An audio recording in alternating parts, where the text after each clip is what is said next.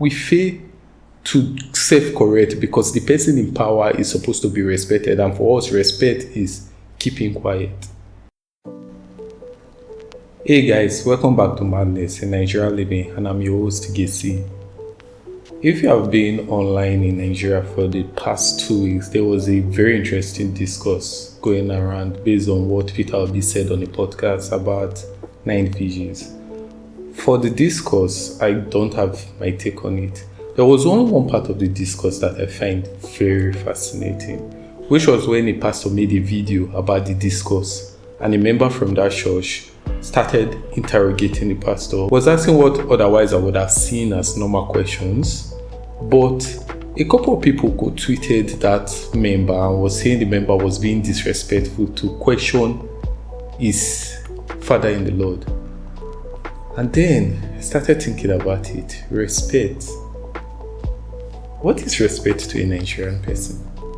What do we define as respect? I say, when it comes to the word respect here, it's a very fascinating word. It gets thrown around a lot in Nigeria. They'll tell you respect is reciprocal. If you want to be respected, you have to act a certain type of way. And we should always respect our elders. And that's where this conversation is really going to focus about how we see respect in Nigeria.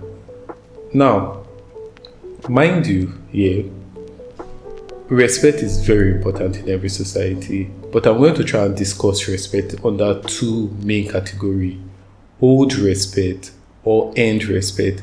Are we supposed to be respected because we have achievement, or should we just be respected because we are who we are?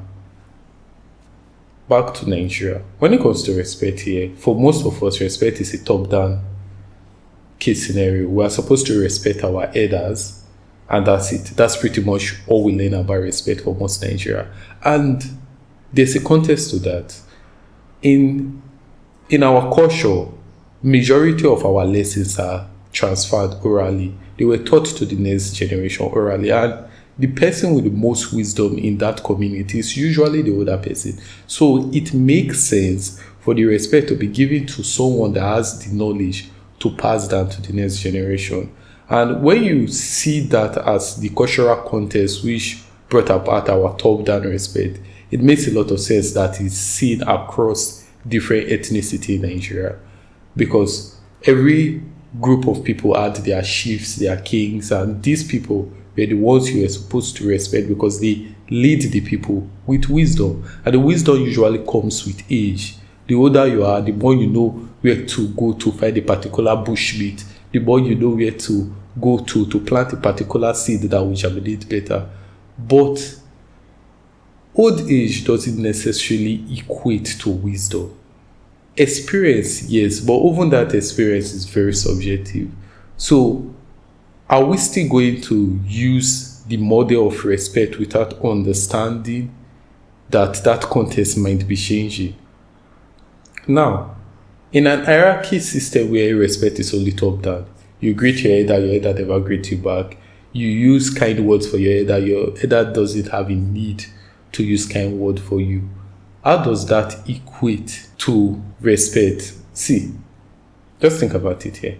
How many times have you been on your own as a younger person and then an older person starts giving you their opinion about something you feel doesn't necessarily apply to you, but you can't voice your opinion because the moment you do, you are disrespectful and everybody will take their side? So much so that if you get into an argument with an elderly person and the police get involved, more likely than not, they will take the side of the elderly person. But that's the thing we respect in Nigeria. It's not just age. There's also the class factor to respect. A richer person is not supposed to respect a poorer person. A poorer person is supposed to take whatsoever the richer person have to offer. The same is true with our politicians. I think I saw a tweet or I saw a news article about one northern governor complaining that this generation questions them too much, that we're supposed to be praying for them. And that is not something that happened in a vacuum. It's not something that just happened out of one place. So why do we need to understand this? The need to understand it here comes from the concept of old respect and end respect. This concept is usually used in organization psychology. It's a way to create a balance in the workspace that can bring better job satisfaction, better job loyalty, and creativity. But I feel it's a concept that should be applied to Nigeria as a whole, because if you really think about it, every country is a broad organization, and everybody that is a part of the organization needs some certain level of satisfaction to be a part of that context. So what is owed respect? Owed respect is the respect you are supposed to give to everybody. It's basically everybody should be respected until proven otherwise. You see an elder, you are supposed to greet the elder. You see a younger person, you are supposed to show respect to the younger person, regardless of age. You are supposed to give them a voice if they are talking to you. If you can listen to them, listen, hear what they have to say, be open to dialogue, show them that respect, and understand that even a 5-year-old can give you an insight and angle to seeing things in a way that you might not have thought of. That kind of opportunity only comes with the mindset that everybody should be respected. Now, earned respect here is a respect that comes through achievement. Historically, even in Nigeria, there was a level of earned respect. The best hunter in the village get respected, get honored. The best medicine man. So earned respect is not a concept that is new to us, but I feel it's a concept that we should also apply alongside owed respect. So when you are respecting an elderly person because they are more experienced than you and they disrespect you, they have intentionally removed their owed respect, and they have also intentionally created a respect debt because they have not earned new respect from you. In fact, they have removed that. And these are very important because it creates a certain level of boundaries. It creates a certain level of understanding. I was talking to my friend the other day and she said something. She said, okay, I asked her a question actually. I was like, as a Yoruba person, which group of people in Nigeria would you say are the most disrespectful? She said she doesn't want to go with stereotype. Then I was like, okay, let me ask you straight up. Do you think Deltans are disrespectful people? She smiled and she said, I can see why a lot of people will say Deltans are disrespectful people. I was like, why? She said, speaking pidgin to your parents is disrespectful. I'm like, wow, I've never heard that. That was shocking for me. So I went to ask people from Delta State, why do you think Deltans are seen as disrespectful? Something that was a reoccurrence across everybody I asked was, Deltans are more likely to be outspoken. They don't believe in keeping quiet just because you are older. And that certain level of understanding here is why to an average Delta person, you are supposed to do something that will make me respect you. As my chairman, how much you give me? Like, what are you doing that is supposed to give me that respect for you?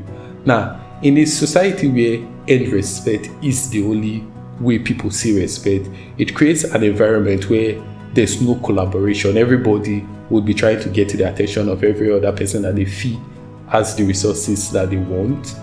So we need a certain level of balance between owed respect, respecting people for just being human beings, and earned respect, respecting people for their achievement and giving them due praises. You have to be sincere with it. That's another thing with respect. Respect has to be sincere. You can't fake it. So I've never really understood the concept of, oh, I'm supposed to just give up my seat to an elderly person just because they are older. There was one time I was in the bank and a older man, was it a man or a woman? I can't remember, just walked up to me and I should stand up. I was like, why? He said, you see me the stand, you sit down. I was like, I'm not standing up from the seat. And the reason is not because I can't stand up for you, it's because you did not deem it respectful enough to talk to me like, child, my son, my leg is hurting, can you please stand up, let me sit. Talk to me as a human being with respect, because I don't owe you anything. I'm not obligated to stand up for you. But when you don't see that old respect, you will always just act that kind of way. Now, this is the twisted part of earned respect. For a lot of Nigerians here, the older they get, the more they feel they have earned the respect just because all throughout their young age, they couldn't express themselves in a way that was against what the elders want. And now that they are older themselves, nobody to tell them how to behave. they feel like they have earned it. And that's why you see elderly people will just come spit their opinion on you. They see the way you address it, you look like an harlot, you look like a fraudster, and you should be arrested.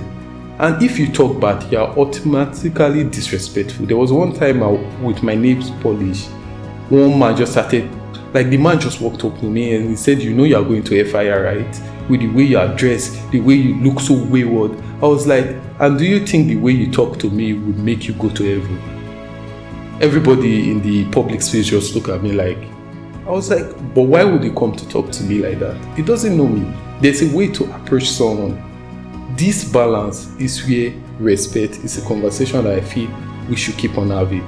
Because the thing is, we need courtesy in every society. It's what creates a sense of order. It's what creates a sense of community. If you come from a society where it's respectful to kneel and to greet someone, do it.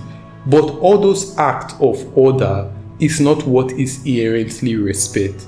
Understanding the respect being me admiring you, your intellect, your knowledge, your humanity. That's what respect is. I admire it. I feel like there's something I can learn from you, irregardless of your age, your tribe, your gender. That's what respect is. Context. It's very important to understand the context in which you are showing your politeness.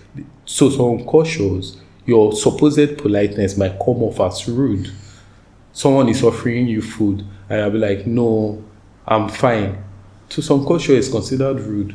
To some culture, it's considered rude to accept it. To some, it's considered rude to reject it. So understand the context. In a multicultural society like Nigeria, what is respect will change from one society to another. It's also reasonable to understand that as we are growing and evolving and interacting with more of the world, what is considered respect for the next generation will be very far from what we consider respect growing up. Because a lot of Nigerians here, they think fear is respect. And that will take me back to my friend that said she can see why people will consider pijin disrespectful. Because pijin in itself has a very casual component to it. And that casual component is what people say as over familiarity. And that over familiarity, they see it as inherently disrespectful. But over familiarity is not inherently disrespectful. There are boundaries that can be created.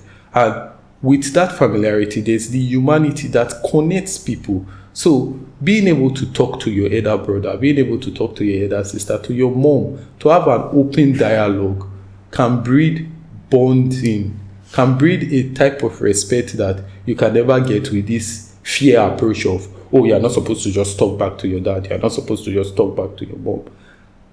And if you create that kind of environment from a young age, you see that the children will pick the balance, because there's a balance between trying to talk back to someone and being disrespectful. When that balance is being taught from a young age, we grow to become a society where we have people that are satisfied with themselves, they are happy with themselves, they can express themselves and find creative ways to solve problems in this society, because a lot of our problems are very interconnected. And I think respect is one of those factors.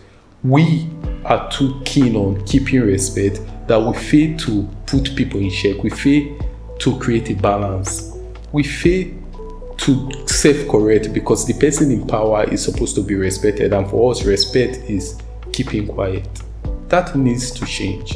We need to understand what respect truly is. I understand that Nigeria is lacking respect, but we are lacking respect not because the younger generation are questioning back, but because we never understood the concept of respect. And that's it, guys. Thanks again for coming. I love you all. Oh, remember to like, subscribe, share to someone that you think might find this insightful. Bye bye.